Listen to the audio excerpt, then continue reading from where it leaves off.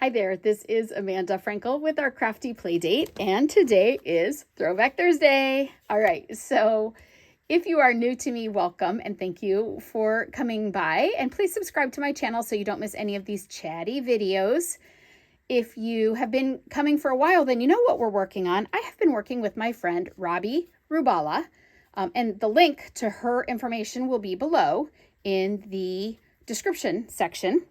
And we have been working on a Throwback Thursday series to try and help people use some of their older retired items sprinkled with some of the new fun items to just kind of freshen up their craft supply instead of always just buying the new thing, the new thing, the new thing.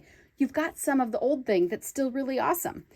So we are using some retired things with new things, and we are going to show you how to do it. We each make 5 kits. We're each committed to making 5 kits. They sell out pretty quickly on both of our websites, so be sure if you like this video right away, be sure to contact us. Robbie has a link right in her video, and you email me to let me know that you want a kit. This is this week's kit. I think it's beautiful fun, and it's also great for a guy. So it could be a guy's card, which is kind of hard to find. I've been doing obsessed with pink lately, so it's fun to do something not pink. So what we're doing, this is a current die that I love. I'll show you the rest of them. This is a current die, and this is a current sentiment, retired ribbon, and retired paper. And I loved with the wishes and the little wish, blow a wish, what are those things called? Dandelions. I liked that. I thought that was really cute. It looks like floaties. So let's get started. We've got a lot to do today.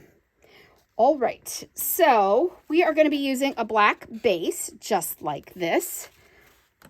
And you just fold that in half. If you do it against your table, if you don't score it before you cut it, which if you watched last week's video, I showed you some cutting tips that will show you if you score before you cut and that kind of thing, you'll save time. But anyway, black base. The next layer is this designer series paper. And this is from an old pack called, here it is. It was called, here's some of the other paper in it. It was called Wildflower Fields, and it has, this is a great one too. I like that. There's some little kind of calypso floaties. If you don't know the color when you're looking at it and you say, oh, that's really cool, I like that color, what is it? If you look on the packaging, it usually will list it. So that color was Lost Lagoon. Ooh, remember that. Remember Lost Lagoon. Okay, you'll see why later. All right, so anyway, that's the back of this paper. Kind of wild and fun, but we're using the softened dandelion guy. I'm not going to glue it on yet because we are going to wrap ribbon around it, so I'm going to set it aside. It is a little bit bigger than a normal panel. So it is actually still 4 inches this way, but instead of being 5 1/4, which would be a normal panel, it is 5 1/4 plus 1/8. All right, so just a little bit bigger. I just wanted a little bit longer. And the reason being is this is about 5 1/4, this die, and I wanted it to hang off. Okay, so the black piece that I'm cutting here is 5 1/4 by 3. Okay, just 3 inches wide. And this is the other die. It's called, they're in a package called Split Card Textures. And here's one of them. So you can see what that would do. It looks kind of like lace. I did a pink card with that earlier. Of course I did, right? It was great. I think it was sorbet actually. And then here is the one that we're using today. Very grid-like. I think that this could be very fun for Christmas with maybe if you do it in red with green behind it, I think it'd be really cute. But we are just cutting our black with it. And I'm going to move everything, and I'm actually going to cut it with my cutting thing today because I want to show you, I think I wanted to show you a trick with it. We'll see. We'll see if I remember what my trick was. All right, so I am going to lay this down on my mat, and I use a mat. This is not from Stampin' Up.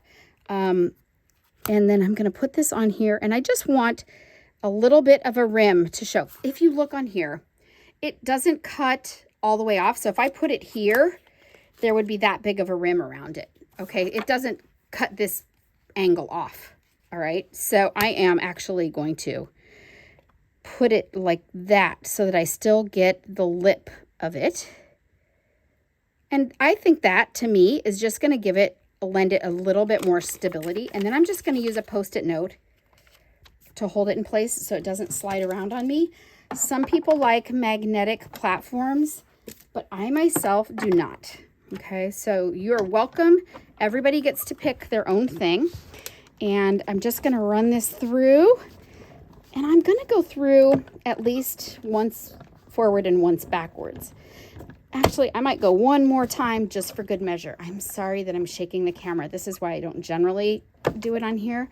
But the reason that I wanted to do this, if I remember correctly, the reason that I wanted to show you this, piece of paper in there, is I want to show you, first of all, it makes a lot of what we would refer to as punch poop, right? But it's easiest while this is still on to then use a brush. So if you have a brush or you have a brush attachment, if this is still on when you use it, it also gives it some stability. So these little lines are kind of frail. And so if you just did the brush over this like this, it might, if you give it any pressure, it might actually tear it. So I don't want to poke it all out with scissors or pokers, but it cuts beautifully, as you can see. And then this I just casually throw on the floor, just like I live in my life. Okay, so now let's bring our other pieces back with us. And I can start piecing them together. So this piece is just glued straight down. So there are a couple things that I could have done. I could have put the, let's see, I could have put this black paper on the adhesive sheets and then cut it out. And what that would have done is make it so that it becomes like a gigantic sticker. And that works really well. And I could have done that had I thought to do that and wanted to do that, but I just didn't. I don't know why. Would have made my life easier. But that's how much glue I'm going to put on. It's not going through a wind tunnel, and my ribbon is going to hold it on, and so is this. So I'm not that worried about it. But just a little triangle where it's, and then just where it's wide. That was a good reason to leave that lip. And then I'm going to just flip it over and kind of center it on there. I hope I'm still in the frame here. I want a little bit of the wish paper to show, but not a ton. Okay. And I'm just going to give it a little pressure, and it may pop up a little. Ooh, it does a little. It's kind of cool. But it's not going to be an issue. All right, this is going to go right on here. But before I stick that down, I do want to put my ribbon on there. And so we are using a retired ribbon. I ripped the back off by accident, so I don't really know what kind it was called. Stitch satin. There it is. Stitch satin black ribbon. It is retired. In the description below, if it's a current thing, I will list it with links to the catalog so you can find it. If it is a retired thing, then I will list links to things that are current in the catalog that may be similar enough that if you decide you don't want a kit, or if you don't jump fast enough and you don't get a kit because they sell out, you could do it with some other stuff in there. Okay, and I'm going to use those lines to help me make it kind of straight-ish. And so I'm gluey. I got glue on myself. All right. Oh, and I'm just hacking at this ribbon now at this point. Okay, so I could give it no tension. All right, so if you have ever watched my videos before, then you know that I never cut pieces of ribbon off the spool until I actually am ready to actually tie them on. So I will tie the bow with it still attached to the spool, put it on the cart, and then cut it off. And the reason I do that is I almost never have waste of ribbon at all. It's super, super rare. Okay, before I tie my little knot here, and you're going to wonder, like, why didn't you wrap it all the way around and tie your knot? 2 reasons, and I'll show you when I do it. So what I did is I just wrapped it around the back and used some Scotch tape. And now I can go ahead and put glue on this. And I'm just going to go all the way around and a zig. And you really don't need a lot of glue, guys. This glue is ... not a lot. I swear you will be happy if you don't use a lot. If you use a lot, you will get oozy and sticky like that. Okay, so that is attached. Now I can go ahead and make that little knot.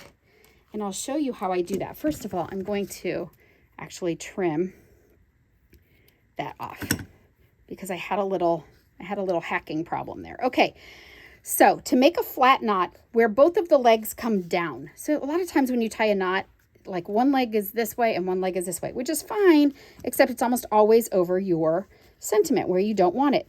When you tie a knot like this with a little flat knot, I can actually put that knot anywhere I want. So I could audition it anywhere. I'm just going to slide it around. It goes anywhere. So if it were right on top of my sentiment with one of those crazy legs, I could move it. But this is how you make them so all the legs are headed in the down direction. Go from the top, go under your card, and then flip this piece over so that it just comes up and over like that. And now I'm going to cross it over like a ribbon of courage, like a breast cancer awareness type ribbon. Hold that little junction and then tuck your leg through. And when you do that, just kind of pull slowly and you're going to get kind of a little flat triangle knot. See that? And both of your legs are going down. And then at this point, I would just go through here and cut them. I need to get my sharper scissors, don't I? Okay. Sorry. That's what happens when you don't use ribbon scissors and you just use paper scissors. And now I'm going to cut this other leg about the same length. There we go. All right, so there's the whole waist of the ribbon. So if I had cut it beforehand, believe me, I would have guessed wrong and it would have been the wrong thing. Oh, we still need our sentiment. All right, so I showed you the dies. I showed you the paper. The stamp that I'm using today is from this Nature's Print, and it's Best Wishes and Happy Thought. And the reason that I liked it was because I think this looks like make a wish, blow out a candle kind of thing. Blow out a dandelion. Also, it just looks really elegant to me because it's such fine print. And actually, I voted with my class this morning, and they liked that best too. I'm going to stamp this here. And it's a red rubber stamp, so I don't need to have a mat under it. There was something I needed to get for. Oh, I wanted to show you what these are. These are called something fancy dies. And they look like this. And this is the one I used. You have a lot of different shapes. So I could have actually cut this outer one in black and layered it up too, and it would have been cute. So it's nice to be able to layer the same, a different color underneath it. And these you put in the top and it makes in here, they fit right in and it makes a little tag hole. So if you were going to make a tag to attach to somebody. So these are very cute. All right, going to go ahead and stamp this. And I am using Memento Black. So only 2 colors of paper today. And I'm going to eyeball it here just so that I can get my head in the screen. Okay, Best Wishes and Happy Thoughts. And now, this ink does take a second longer to dry than our normal ink, so be sure that you don't put your thumb in it like I just about did.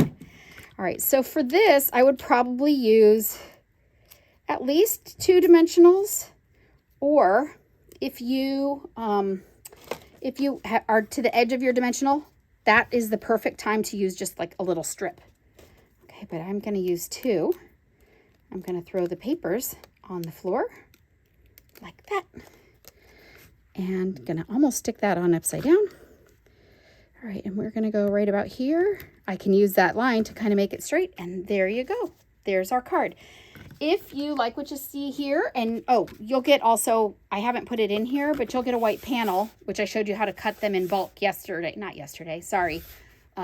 Thursday. So be sure you watch last Thursday's video to show some good cutting tips.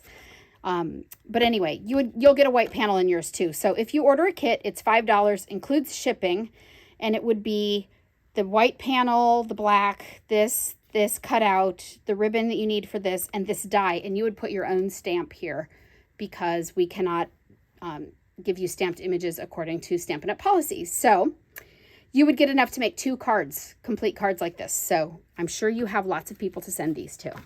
Thank you so much for stopping by. If you see something you like and you'd like to order it, check the comments below. Otherwise, be sure you pop on over to Robbie, see what she's got, and order your kits soon. Have a great day. Bye-bye.